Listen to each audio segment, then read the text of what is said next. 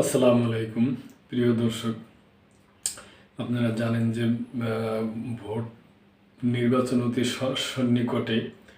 নির্বাচনের পাশাপাশি এবার একটা গণভোটও আছে। গণভোটের জন্য সরকার প্রচারণা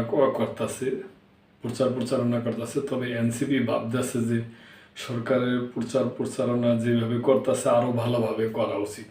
এই জন্য তারা 238টা আসনে গণভোটের প্রার্থী ঘোষণা করছে, মানে গ্রামে গঞ্জে ঘরে ঘরে পৌঁছায় দেওয়ার জন্য এই গণভোটের ব্যাপারটা।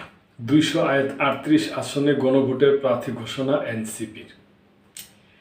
গণভোটের প্রচারণার জন্য 238টি আসনে দলীয় প্রার্থী ঘোষণা করেছে জাতীয় নাগরিক পার্টি এনসিপি। শুক্রবার রাতে এনসিপির অস্থায়ী কার্যালয়ে এক সংবাদ সম্মেলনে দলের নির্বাচন পরিচালনা কমিটির চেয়ারম্যান ও মুখপাত্র আসিফ মাহমুদ সজীব ভুঁইয়া এসব প্রার্থীর নাম ঘোষণা করেন। আসিফ মাহমুদ সজীব ভুঁইয়া বলেন, গণভোটে প্রচারণা এবং হাকে জয়যুক্ত করার জন্য সচেতনতা কর্মসূচি এবং নানা ধরনের কার্যক্রম গ্রহণ করবে এনসিপি। আমরা প্রত্যাশা রাখব আপনারা আমাদের এই কর্মসূচি কভারে যেতে পারেন, দেশের মানুষের কাছে সেটা পৌঁছে দিবেন। তিনি আরও বলেন, আজকে আমরা গণভোটের প্রার্থী ঘোষণা করব 270টি আসনের, যেখানে আমাদের নির্বাচনের প্রার্থী নেই।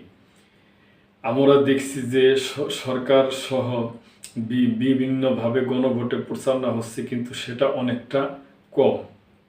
আমাদের একেবারে প্রান্তিক এলাকার জনগণ এবং প্রত্যেকটি গ্রাম ও গলিতে গণভোটের বার্তাটা এবং গণভোটের সচেতনতা পৌঁছে দেওয়ার প্রয়োজন। আমরা দেখছি অনেক ধরনের গুজব ছড়ানো হচ্ছে, গণভোটে বিসমিল্লাহ থাকবে না, আরও অনেক ধরনের গুজব মাঠ পর্যায়ে ছড়ানোর চেষ্টা করা হচ্ছে। সচেতনতার জন্য আমরা 270টি আসনে গণভোটের প্রার্থী ঘোষণা করার সিদ্ধান্ত গ্রহণ করেছিলাম। আজকে আমরা তার অংশ হিসাবে 238টি আসনে গণভোটের প্রার্থী ঘোষণা করছি। প্রার্থীদের নাম ঘোষণা হওয়ার পর থেকেই উক্ত আসনগুলোতে তাদের মনোবল নিয়ে যে কার্যক্রম সেটা শুরু করবেন। আসিফ মাহমুদ সজীব ভুঁইয়া বলেন, আগামীকাল বিকেল 5টায় আমরা ঢাকা বিশ্ববিদ্যালয় টিএসসির পায়রা চত্বরে আমাদের পার্টির নির্বাচনী থিম সং এবং গণভোটের জন্য আমরা একটি থিম সং একসঙ্গে প্রকাশ করব। আহ্বান থাকবে আপনারা সেখানে আসবেন। বাংলাদেশের জনগণের প্রতি আহ্বান থাকবে, যারা পারবেন সেখানে আসবেন।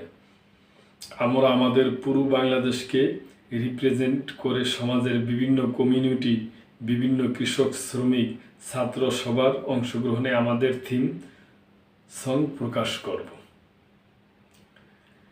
তো প্রিয় দর্শক, এ ব্যাপার আপনাদের যদি কোনো মন্তব্য থাকে অবশ্যই করবেন এবং মেম্বারশিপ নিয়ে চ্যানেলটির পাশেই থাকবেন। আল্লাহ হাফেজ।